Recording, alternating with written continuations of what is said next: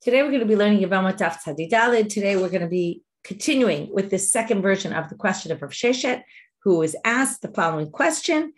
L'mishrei Yevama la'alma, is one witness accepted to basically permit a woman to marry somebody else? Like, for example, if they say, is one witness accepted to say your husband died without children and he has no brothers and therefore you can get married? Or because his brother died or something like that. Do we accept testimony of one witness to permit her? So do we say, Echad is ne'aman because it's something that ultimately will be found out and that's why we can trust one witness in this case?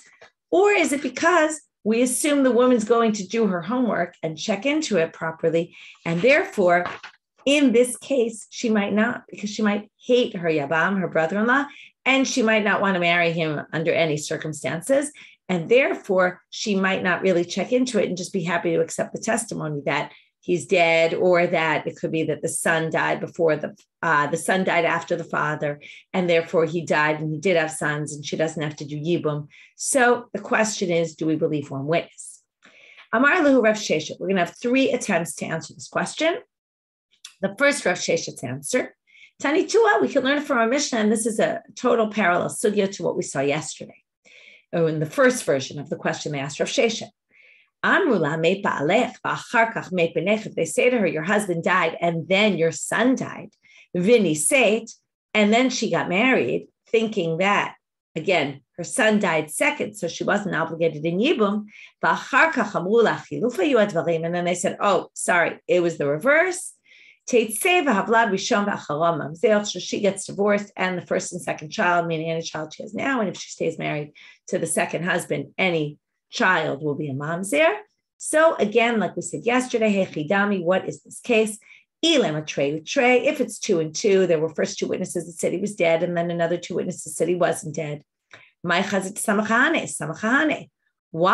are you assuming that we rely on those 2 over the other 2? Meaning, we don't make her get divorced. We don't do all these things. We just leave it as is because we don't really know what the truth is. And even if we would do something, we certainly wouldn't be on a Torah level. Mamzer, safek mamzer. You wouldn't say the child's a mamzer. You would say it's maybe a mamzer, right? A mamzer midrabanan possibly. And if you want to say, well, they weren't really so careful when they said this, and really when it says mamzer, they really meant possibly a mamzer, and then that would help us with our explanation. Then we could maybe say it was 2 against 2. Well, Hamidikatani Seifa, because it says later, Harishon mamzer, Bacharon Eino mamzer, which we explained then to be, he's not a mamzer, but maybe he's a safek, right? Some people explained he was a safek mamzer or mamzer d'Rabbanan. Well, Shmami Nadid Dafka Katani. When it says he's not a mamzer, they mean on a Torah level. So clearly we're discussing Torah level halacha here, in which case it can't be 2 against 2, because by Torah law, we wouldn't put all those penalties on her if that were the case. Elalav Chad. It must be there was 1 witness. And then we come to the conclusion. We can have an answer to our question.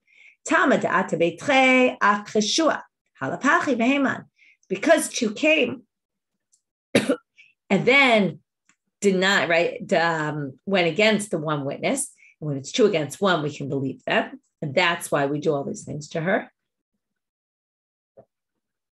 But if it weren't for that, then they'd be believed.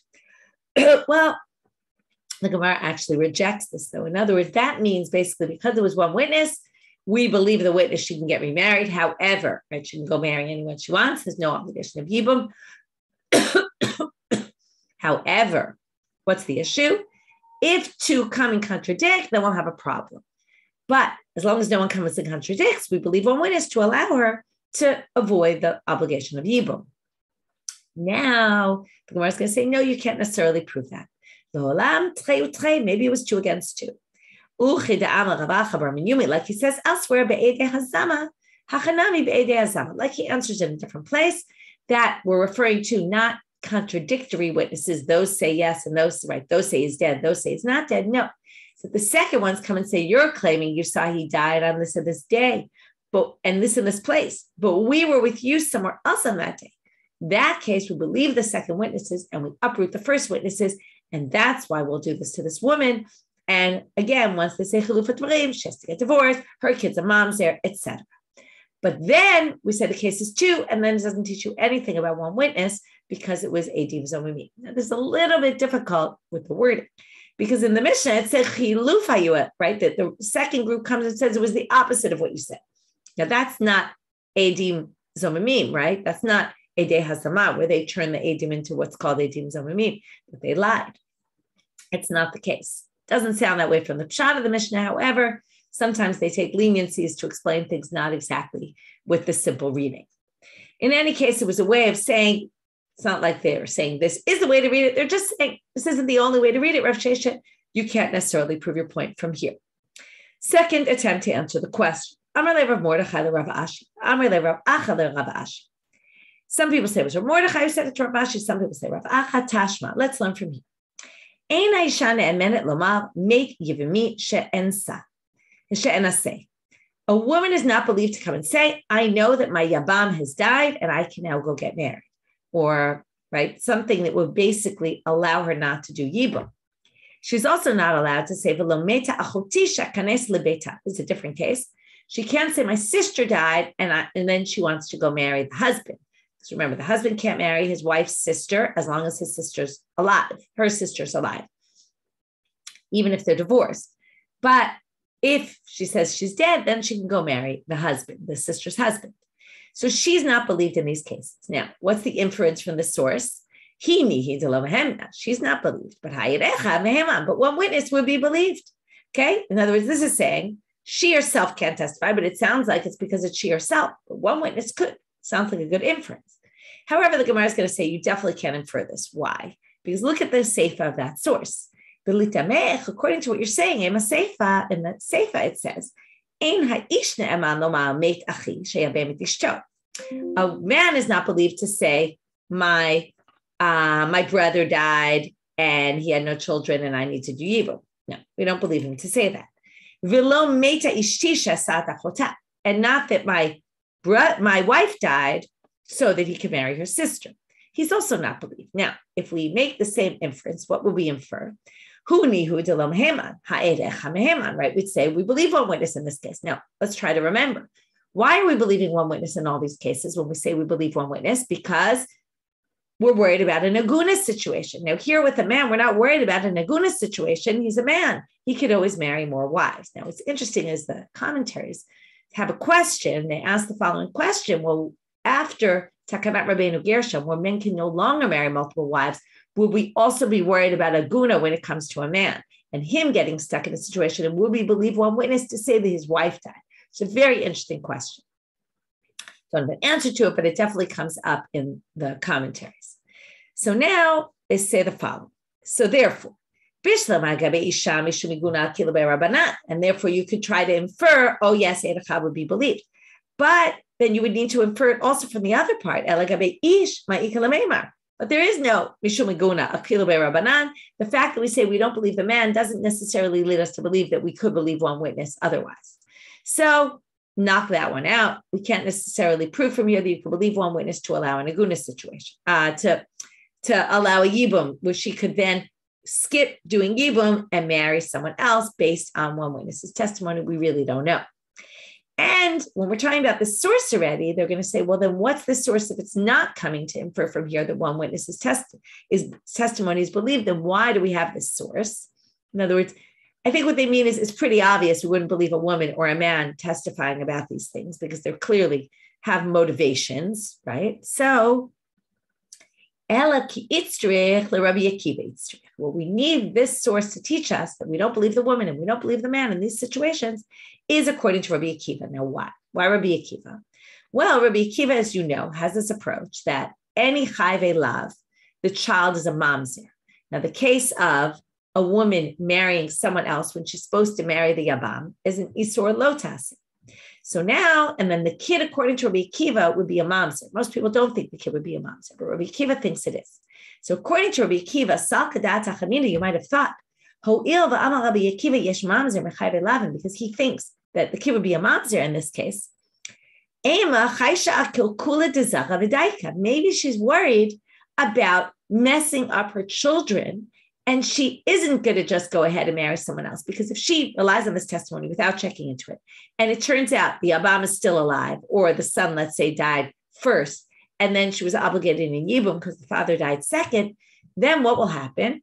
She'll end up marrying someone else. She'll have children with him, and her kids will be mamzerin, according to Rabbi Akiva. So you might have thought that according to Rabbi Akiva, we believe her because she's not going to lie about this. It could really mess up her children. Kamash Malan, that we are worried about it anyway, and we don't believe her, even despite that concern. So that was just an aside to explain what that source was coming, if not to teach us that one witness would be believed in that case. Third attempt to answer this question of Rav Sheshet, and let's see if the question they asked Rav Sheshet, let's see if it works. Rava Amar, Ein echad ne'eman b'Yevamah mikal v'chomer. That's a simple kal v'chomer argument. Why? Well, le'isur karei titarta, le'isur lav lo kol sheken. When it comes to karei, a woman who's married to somebody else, it's isur karei if she ends up sleeping with somebody else. So now, we believe one witness to allow a married woman to go marry somebody else. That's the whole thing. Even though that's isur karei.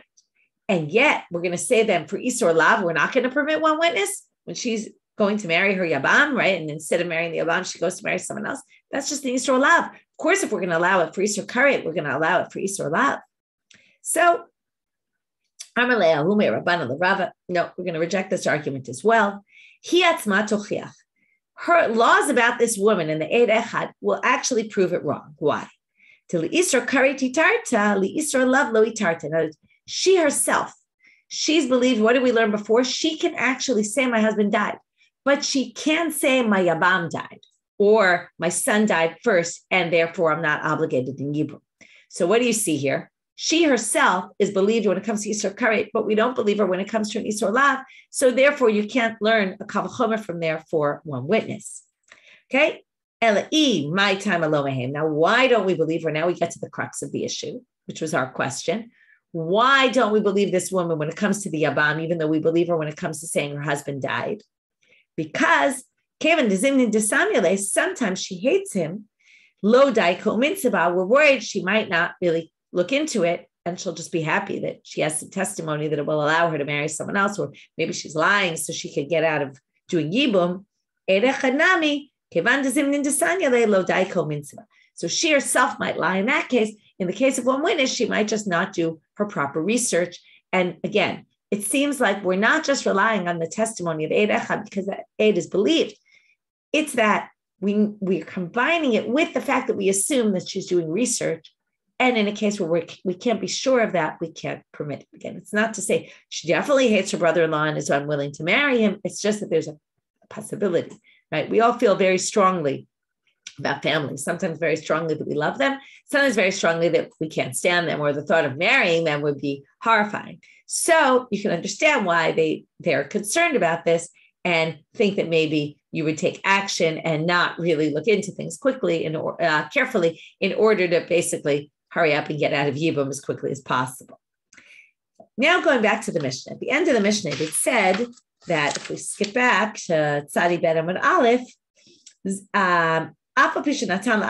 get, right, in the case where they said Beit Ba'alech and then she was betrothed and then her husband comes, she can go back to her first husband and she doesn't need a get from the second. And even if he gave her a get, it's meaningless and she's not disqualified from the kahuna. Et zo darash Rabbi Elazar ben Matya, Isha grusha meisha, v'lo meisha eno isha. Right? It's a woman who's divorced from her husband and not a woman who's divorced from someone who's not her husband. So in this case, he wasn't her husband, so the divorce is not considered a divorce. She's not a divorcee. She's not forbidden to a Kohen. To which, Amar Rabbi Yehuda Amarav, Havale Rabbi Elazar lemidrash bemarganita v'darash bechaspa. He should have darshaned a pearl, and instead he darshaned a shard. Okay, if you haven't yet read flashback, you can read flashback about the topic of pearls and shards. Anyway, my marganita, what pearl could he have darshaned? Titania isha grusha mi isha. Afilu, right? This is who a Kohen can't marry. Afilu lo nitgarsha ela miisha, even if he gave her a get from him, being you can't be married to me anymore, but normally a get permits you to everybody else. But this get said, and you're not allowed to marry anybody else. Okay, my husband was in a case where someone was giving a get. They were forcing him to give a get, and he agreed. And then he said, but I'm only giving the get. I'm not permitting her to, either he said to certain people or in general to other people. Okay, so that's a big issue. The get is really not a get, because a get is only one that permits you to everybody else other than the husband that you're getting divorced from. And I mean, the truth is, even him, you can remarry if you wanted to, right? Unless you married someone in the interim or unless he's a Kohen. But even then, psula l'kehuna. That's what you should have darshan from this. V'hainu reach haget posel b'kehuna. This is what we call reach haget. Even though it's not really a legitimate get, you kind of got a get. Okay, it wasn't a halachic get, but you got something that was like a get, and that's enough to disqualify you from the kahuna. This is a big machlok at Ashkenazim Sephardim, how far we take this.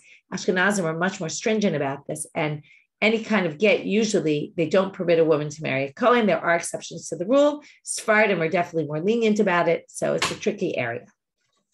Okay, new Mishnah. For this, we're going to pull up the presentation. Okay, Mishe Alcha. Once again, let's pull it up. Okay. Misha Alcha ba'alan medinat hayam. Okay, so now instead of the man going abroad, the woman's going abroad. So the woman goes abroad to Medinat Hayam. So Reuven is married to Leah, and Leah has a sister Rachel, and Leah goes off somewhere else. Ba'u va'amru lo. They come and they say to him, Meta ishtecha. So now they come and tell him, listen, your wife is dead.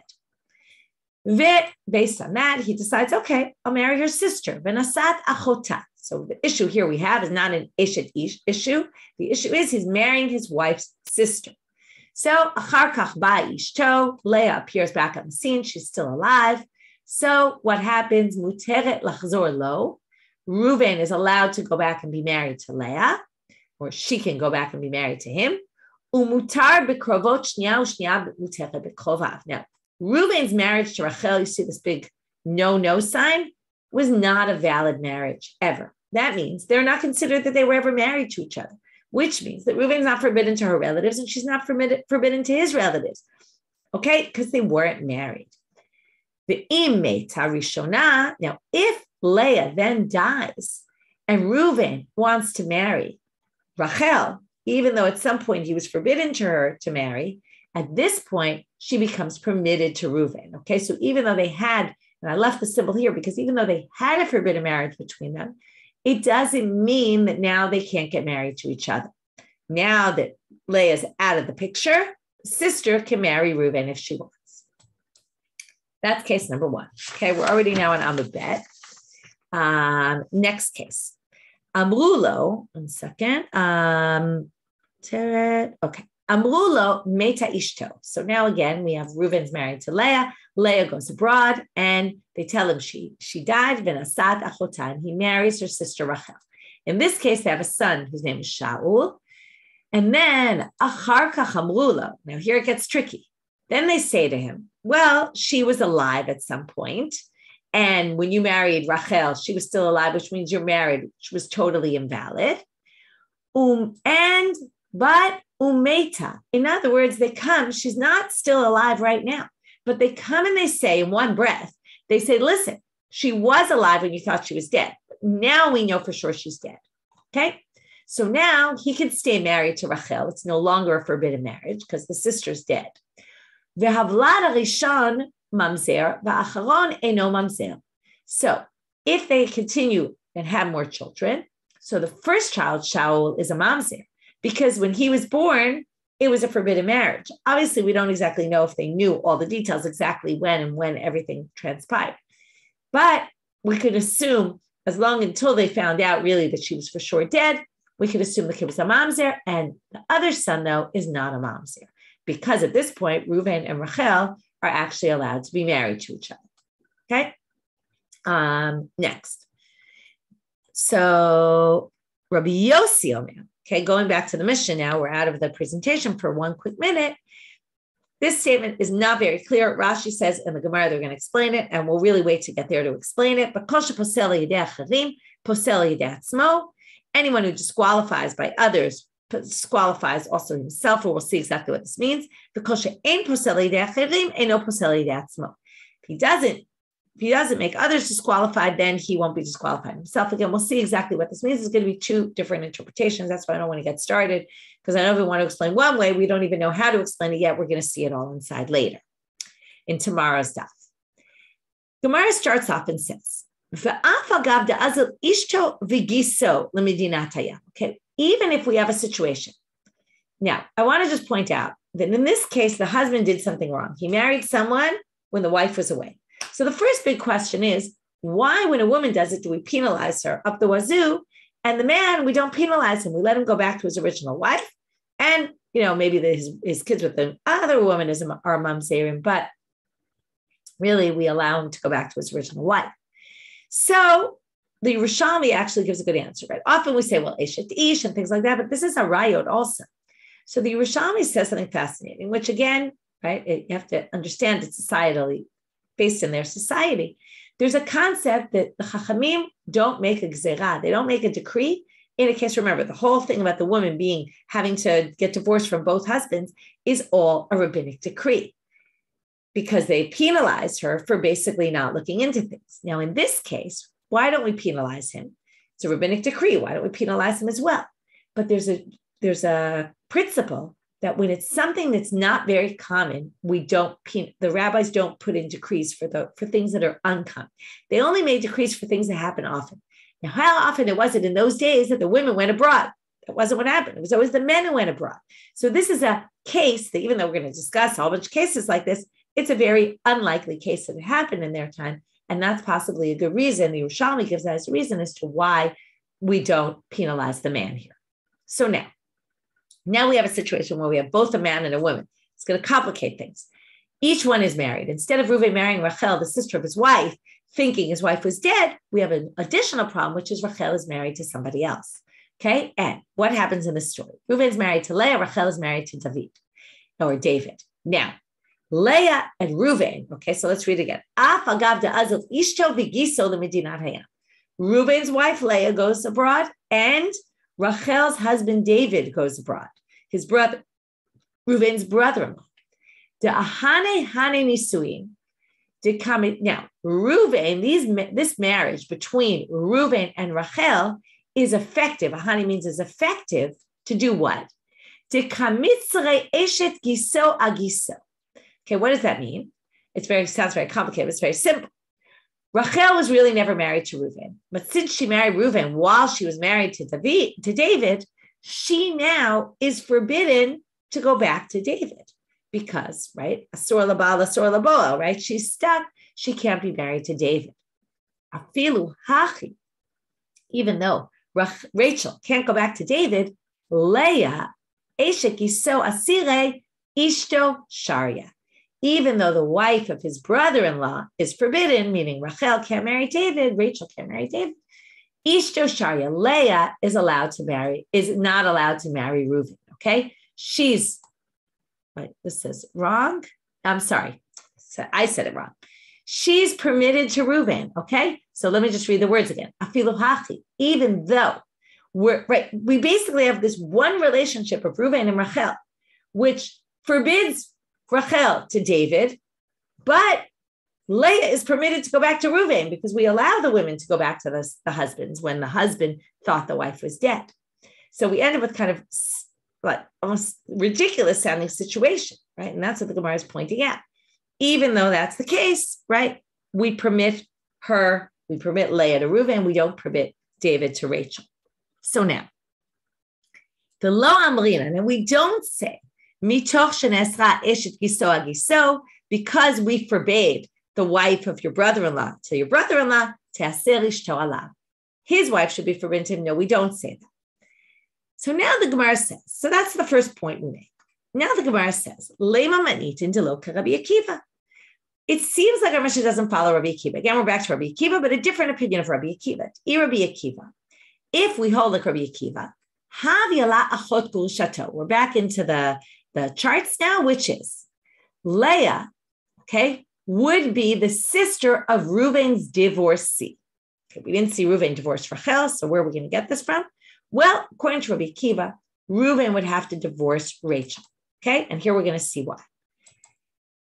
Ditanya, as it says in the Braita, Kol arayot shebatorah ein srichot imenu get. Someone who marries someone who's Isra Arayot, you don't need a get, because what did we learn? Ein kiddushin tovsim in Arayot, right? There is no marriage, so you don't need a get. So theoretically, Reuben married Rachel. He shouldn't, and she was his wife's sister. He shouldn't have to divorce her. But chutz me eshet ish sheniseit al pi beit din. Okay, that was our case. And eshet ish is married based on one witness, and then, right, and the Beit Din says you can get married, and then it turns out she couldn't have. It was a mistake. So she has to get divorced.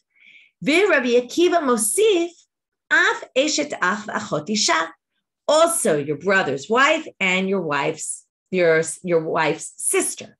Those cases need a divorce. So again, what does this mean? If Reuben was married to Leah and Rachel was married to David, and Leah and David went abroad, and they thought Leah and David died, and Reuben married Rachel, and then Leah and David appear back on the scene, their marriage is not a valid marriage, but according to Rabbi Akiva, Reuben has to give a get to Rachel. Now, once Reuben gives a get to Rachel, that makes Leah, in her relationship to Reuben, that Reuben, if he goes back to Leah now, she's achot gurushato, the sister of Reuben's divorcee. And that goes against our Mishnah, because our Mishnah said Reuben can go back to Leah. And according to Rabbi Akiva, he cannot, because she's achot gurushato, or at least that's what we think right now. So now they say, the Keva da'amar Rabbi Akiva, this is just explaining it, by a get, because Rabbi Akiva says she needs a get. So Leah should presumably be forbidden to Reuben because she is the sister of Reuben's divorcee, which is forbidden. So now they say, wait a minute, that's not really true though, because the lav itmar alav, was it not said about this? Amar of Gidol, Amar of Chia bar Yosef, Amarav, Hai eshet achei chidami. Okay, now we're going to see what are the cases of all these things, and from there we're going to see why. Okay, so here we just see, right? Rachel ends up, according to Rabbi Akiva, prohibited to David, and Leah becomes prohibited to Reuben. So now, we're going to see, though, that when Rav Gidol said, or in the name of Rabbi Chia bar Yosef, in the name of Rav, what Rabbi Akiva's case is, we're going to actually see it's different from our case. And the reason is different, and therefore wouldn't be applicable in our case, and therefore Rabbi Akiva does match our Mishnah. Why? Hi eshet achei chidami. What's the case of eshet achei? And then we're going to say, what's the case of achot isha? Kigon, right? Those are the two cases where Rabbi Akiva needs a get, right? It says you have to give her a get. Kigon shekidesh achiv et isha. Not that they were married, but Reuben had betrothed. Now we're going to talk about Yael, because we're talking about a different situation. We're not in a situation of a sisters, right? The two sisters. We're in a situation of a brother's wife, forbidden, not sister, wife of your wife's sister, but your brother's wife. So Kidesh Achiv, where the focus is on Shimon. Shimon's brother Reuben betrothed Yael. V'halach leMedina Hayam, and then Reuben goes to Medina Hayam. He goes abroad. V'shama shemet Achiv. Shimon hears that Reuben is dead. V'amav v'nasat ishto, fulfilling the mitzvah of Yibum. He said, I have to do Yibum with Yael because my brother died without children. Da'amre inashe, because people say, now, what's the issue? This is the case where if Reuben ends up back on the scene, Shimon and Yael were in a marriage that was never really valid. However, normally you wouldn't need a get. In this case, Rabbi Akiva says you have to give her a get. Now, why is that important? Because, or why do you have to do this? Because people will say, we saw this before. The first one, Reuben, when he betrothed Yael, maybe when you do betrothal, a lot of times people did a betrothal upon condition because you weren't yet married. So you say, I'll betroth you on the condition that this condition is fulfilled. So people will say, you know what? She married Shimon. Maybe she married Shimon because maybe the wedding, the betrothal never went through with Reuben. Maybe it was upon condition and the condition was never filled. And then they'll think she was really married to Shimon. And when they see that she goes and marries Reuben, they'll say, oh, wait, she was married to his brother and she should never get or anything else. So we require her to get a get. That's why. Right. So again, people will think Tanai Havalebi Kiddushin, Bahai Shapir Nasav, and then she legitimately fair and square married Shimon. Or, okay, now the next case, Hai Achot Isha Nami Hechidami. Now, what's the case of Achot Isha? Again, Kigon Shekideshet Isha. Remember, our case was marriage. We're going to now show the difference between Kiddushin and marriage. Reuven betrothed Leah. Leah had a sister, Rachel. And Leah went abroad. Vishamasha Meta. Reuven heard that Leah died. He decides to marry her sister because his wife is dead. And then what happens? Leah shows up back on the scene. Reuven and Rachel were never really married in the end, it turns out. But you have to give a get. Again, why do you have to give a get? Damrei Nashe. Again, she'll say, people will say, maybe the first kiddushin between Reuven and Leah was just conditioned upon something. The condition never was fulfilled. Reuven was legit fair and square married to Rachel. Therefore, he has to divorce her. Because people will think, he legitimately married her. Ella, those are the cases where he acquires divorce. But Ella but when it comes to marriage, who's to say that nobody makes, or very rarely do people make a stipulation in a marriage? No, because in a marriage, you're going to end up having relations with them right away. You're not going to want to do that upon condition that maybe we'll be married, maybe we won't be. So if there's no t'nai and isuin, there's no concern that anybody really thinks that the first marriage wasn't fulfilled, in which case they know that the second marriage is irrelevant. That's the case Rabbi Akiva required. He wouldn't require it in our case, in which case we don't have a question. Okay, so then our Mishnah matches Rabbi Akiva. But now we have another question against our Mishnah matching Rabbi Akiva. Maybe it doesn't, because Amalei Rabashi the Rav Kahana. Rabbi Akiva litnei nami chamoto. It should have given another case that it could have been given, which is, what if Reuven's married to Yael, and Yael's mother is Dahlia? So that's Reuven's mother-in-law. Now Yael goes abroad. Reuven thinks she dies, and he marries her mother, which means he married his mother-in-law, which is forbidden by Torah law if Yael, his wife, is still alive. Now, according to, now we're going to see, is it only if she's still alive or is it always? Okay, so now, if you say it's only when she's still alive, then it would be just like the sister case, and it would be a perfect case to have brought here as well. The fact that they don't bring it maybe raises a question on Rabbi Akiva. Now, how do we know this? Rabbi Akiva says you don't get the punishment that you're supposed to get if you marry a woman and her mother, because, your mother-in-law, or even have a sexual relationship with them, both of them, you get burned. She gets burnt as well. So now Rabbi Akiva says once she dies, though, there's no burning. You don't get punished. So it would seem like that would be a good case to bring up in the Mishnah. Tanya, as it says in the Mishnah, in a Braita, that's the pasuk. Starts off with a person who takes his wife and her mother is despicable, and they get burned. Otov eten, he and them. This is weird. He and them. Yael married Reuven fair and square. She doesn't get burned. Reuven then slept with her mother-in-law. Why should she get burned? So Otov etachat mehen divrei Rabbi Yishmael. He means one of them, meaning the mother, right? If he married Yael and then slept with her mother-in-law, then her mother-in-law would get burned as well as Reuven. Rabbi Akiva omer Otov et shtehen. Then and two of them. What he really means is, most of the commentaries say what he means is, it's Dahlia, and if there was Dahlia's mother, in other words, it could be two people who could get burned as well. Now, there's a debate about how exactly to understand this machlok. The first way is how I just explained it. It's a matter of how they read this pasuk. Everybody thinks that your mother-in-law and your mother-in-law's mother, right, your grandmother-in-law, is also prohibited, and they would both get burned. It's just a matter of, is this what the pasuk is telling you by using the plural form or not? That's one. That's Rabbi Yishmael. And Rabbi Akiva, according to Abai. Okay, so mashmut dorshin, it's how you darshan the pasuk, but really practically there's no difference. To Rabbi Yishmael, sever chadiktiv, he says it's really only referring to one of them in this verse, and Rabbi Akiva, sever taradiktiv, it's referring to both of them. Then shakri, then we can see chamotot doesn't belong in our Mishnah at all. But, because then it doesn't teach you anything about once Yael dies, Reuven's permitted to Dahlia. But Ela l'Rava d'Amal chamotol achar mita ika benayu.